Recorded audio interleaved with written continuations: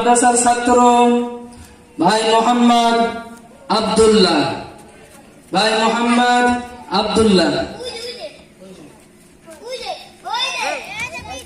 আব্দুল্লাহ কই? এই